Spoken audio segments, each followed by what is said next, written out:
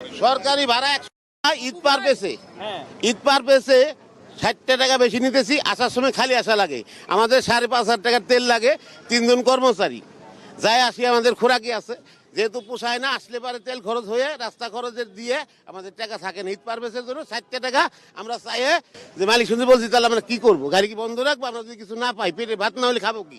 বললো 60 টাকা করে 250 টাকা করে ভাড়া চাই নিও ঈদ পার পেছে। জি রে ভাই, এটা আসেন না আপনি ওখানে, সব গাড়ি যারা আপনারা যেমনি বলছে আমরা তাই বলছি, স্যারের কাছে আমরা তাই বলছি। হ্যাঁ, 250 টাকা করে সকালবেলা মাইক দিয়ে বলে দিল যে তোমরা 250 টাকা ঈদ পারবে, 60 টাকা চাই নিও, জোর জবরদস্তি নাই, জোর জবরদস্তি নাই, দিলে দেবে, না দিলে কোনো কথা নাই। আচ্ছা আচ্ছা, সমিতির লাইসেন্স আছে না, ওটাও আমরা বাতিলের জন্য রাখবো। সমিতি তো থাকবে না, এখন সেটা মালিক সমিতির সাথে মালিক সমিতির কাগজপত্র ওনাকে আসতে বলেন, আসছেন না কেন? ওনারা তো স্যার গেছে, এই এখনো আসতেছেন না কেন? ওনার লাইসেন্সে বাতিল হয়ে যাবে। আপনার নাম লেখা, এগুলো করতে পারবেন এসব অবৈধ কাজ করবেন না, যেটা পারমিশন নাই, কারো কথা শুনে কাজ করা যাবে না। এখানে নাম লেখা, পুরো নাম লেখেন আপনার। এই যে এখানে নাম লেখা।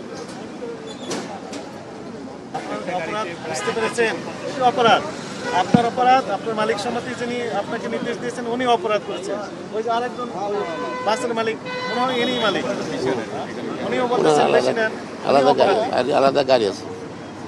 আইনে বলা হচ্ছে যে সরকার কর্তৃক নির্ধারিত মূল্যের চেয়ে অতিরিক্ত মূল্য দাবি করাও অপরাধ, দাবি করা অপরাধ, দাবি করা অপরাধ। এখন স্যার আপনি পরিচিত করে উনি অপরাধ। স্যার আল্লাহর হস্তে এই বিষয়ে মাফ চাইলাম, আমরা আর ভাড়া বাড়তে নেব না, যেহেতু অজান্তে 60 টাকা ঈদ পার চাইছিলাম।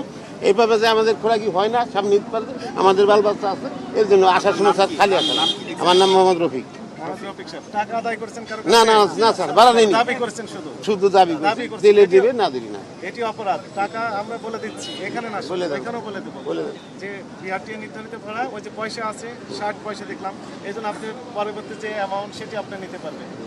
190 টাকা নিতে পারবেন আপনি, 1 টাকা তো কিনে দেওয়ার সমস্যা হতে পারে। ঠিক আছে,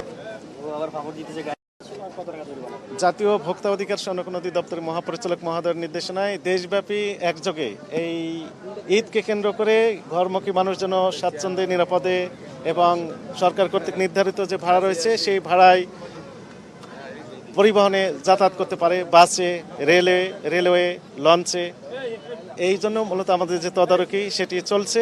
আজকে এই ঢাকা মহানগরীর গাবতলী যে বাস স্ট্যান্ডে এসে আমরা 2টি অনিয়ম আমরা পেলাম। একটি দেখলাম এর আগে একটি টিকিট 2 জন প্যাসেঞ্জার কাছে বিক্রি করার যে অসৎ প্রবণতা, সেটাও আমরা খেয়াল করেছি। সেই প্রতিষ্ঠানকে আইনের আওতায় নিয়ে আসা হয়েছে।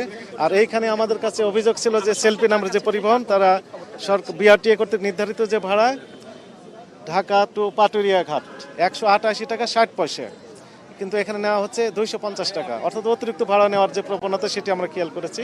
তো ইনি এই মালিক কর্তৃপক্ষ বলছেন যে আর কোনোদিন এটি করবেন না, সতর্কতামূলক 2000 টাকা জরিমানা আরোপ করা হয়েছে।